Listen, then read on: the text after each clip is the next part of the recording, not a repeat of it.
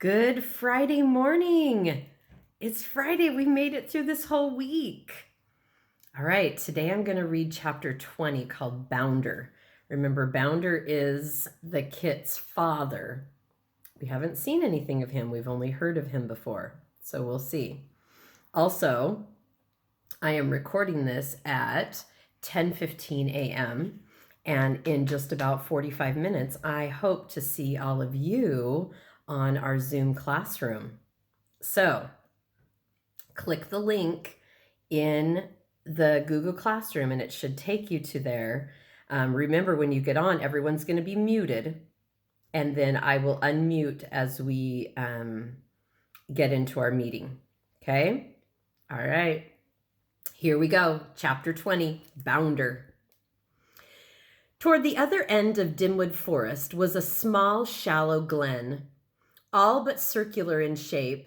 The hollow was surrounded by tall ponderosa pines, their heavy limbs bent in the snow.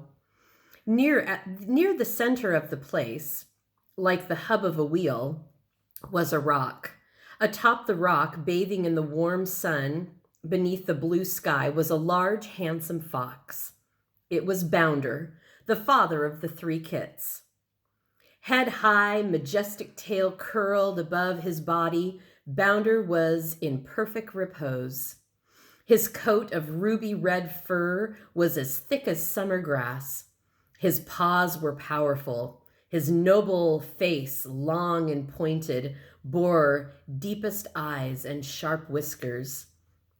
Indeed, he was quite prepared to believe that the rock upon which he rested, and even the sun in the sky, were there for him, so as to show him at best advantage. All that was missing was a pool of water in which he might admire his own image.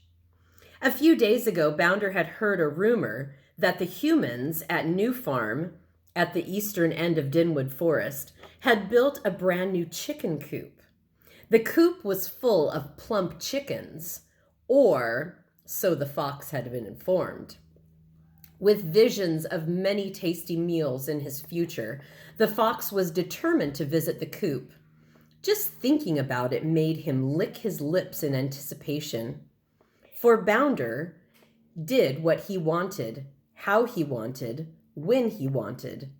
It was only the snowstorm that had interrupted his journey. Though the storm was now over and he was still planning to go, the soothing sun upon his back detained him.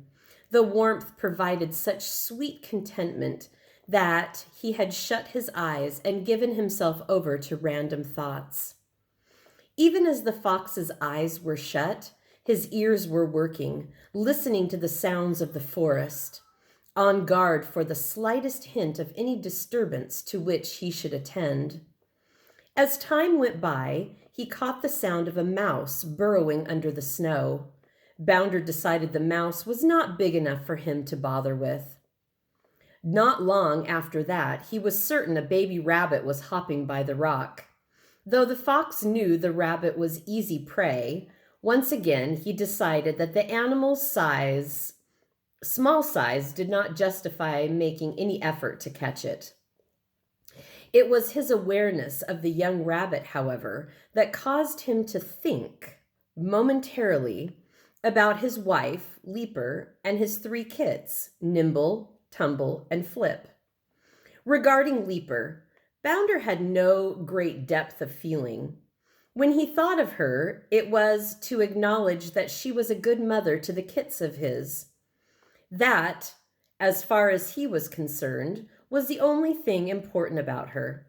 For Leaper's good mothering meant that he, Bounder, did not have to concern himself very much with his youngsters. That, in turn, allowed him to go about his business freely without the least hindrance. So he did. As for the kits, he did care about them, but on his own terms. He enjoyed visiting them from time to time. He liked to bring them special treats like a freshly killed chicken, something their mother would not risk providing. He also enjoyed engaging the kits in a bit of rough play, just enough to let them experience his strength. But what Bounder liked most in regard to his kits was to allow his children to gaze upon him with adoring eyes. Once that was accomplished, he would go off again on his private business. All that, in Bounder's opinion, was the proper life of a father fox. So it was that the fox continued to lie beneath the warm sun. He deliberately dismissed the thoughts of home and family. Life was too good for him to be disturbed by such things. But then Bounder heard the sound of something much larger than a baby rabbit. Opening his orange eyes a little, he sought out who it might be. There, on a branch, on one of the trees overlooking the glen, was Marty the Fisher. As soon as the fox realized it was Marty, he shut his eyes again. Bounder did not like Marty. As far as the fox was concerned, the fisher was an unpleasant creature, sly, secretive, not always to be trusted. "Hello, Bounder," Marty called. "Do you know what is happening?" The fox said nothing. And here's a picture. Bounder is on the rock sunbathing, thinking about all those things. There's Marty the Fisher up in the tree, looking down at him.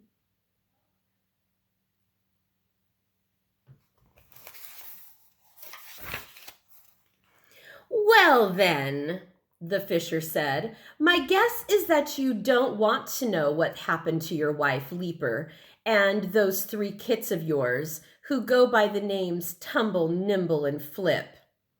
Bounder felt uneasy. By stating the fox's family's names, Marty had aroused his curiosity. Still, the last thing the fox wanted to do was ask for the story. That would put someone else in control, a thing Bounder did not like to happen. He preferred to be in charge. When the fox neither moved or replied, Marty called, "It's a pretty tragic tale, Bounder. I don't blame you for not wanting to know." Bounder continued to act with indifference. "But then," Marty continued loudly, "since everyone else knows what happened, I suppose you do too. Yes, I guess you were the first one to hear. Well, Bounder, you do have my sympathy." Bounder, no longer able to resist, turned to the fisher. "I beg your pardon. Were you talking to me?" he said, very vexed, but working hard to avoid showing it. "Of course I was talking to you," Marty cried, "and you heard everything I said, didn't you? You foxes have a great reputation for listening. I suppose you're as good as most, maybe better." Bounder sniffed loudly a few times. "Listening?" he said. "Actually, my hearing hasn't been very good lately. A kind of cold or something. The snowstorm, I suspect. Even so, if you have something to say to me, I'd be happy to make an effort to hear it." Marty studied Bounder intently with his dark, emotionless eyes, trying to make up his mind if the fox was telling the truth or not. He decided he was not, and that annoyed him. "It's your wife, Leaper," he called bluntly. "She's been killed." "Killed?" Bounder cried, taken aback, but under such self-control that he remained in place. "You're lying." "No, it's true. By a hunter's steel trap near the cabin at Long Lake. It happened just yesterday during the snowstorm." "What about my kits? Were they hurt?" "Oh, no. They weren't with her." "Do they know about her?" "I'm not sure." Now Bounder was concerned. "Tell me everything you know." "All I know is that an old porcupine who goes by the name Aerith is staying with your kits." "Aerith?" "That's him.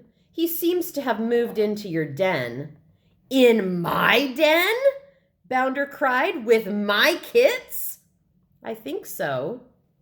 Bounder knew all about Aerith. If anything, he knew him too well.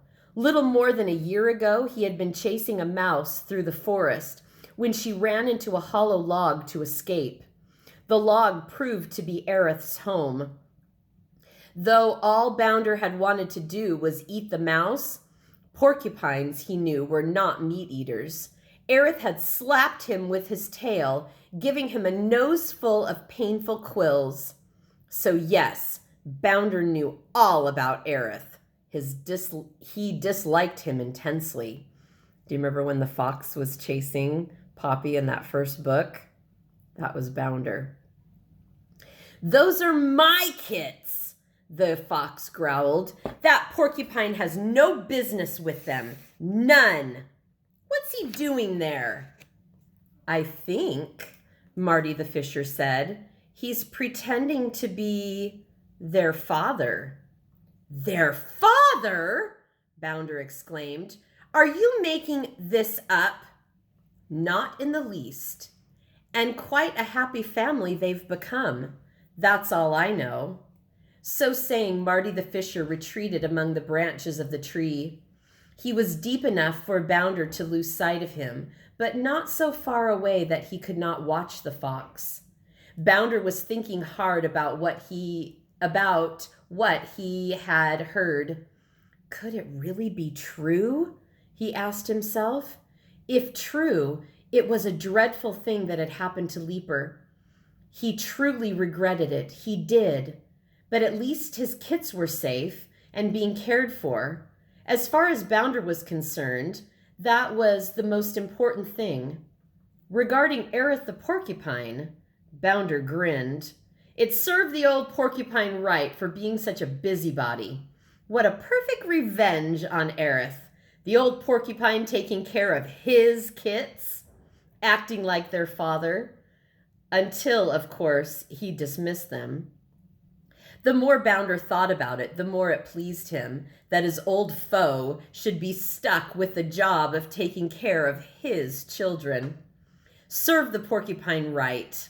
Moreover, it meant that he, Bounder, could get on with his business of catching the chickens from the coop at New Farm. With that thought, Bounder trotted off through the snow, his mind entirely on getting those plump chickens. "Good," Marty the Fisher said to himself as he watched Bounder go off. If I know Bounder, he'll get Aerith away from those kits. And when the porcupine is alone again, I'll be there waiting for him." All right, my friends. It is now 10:30, and I am going to see you hopefully in 30 minutes. So here we go. Class Zoom. I'm excited. I miss you guys. Bye.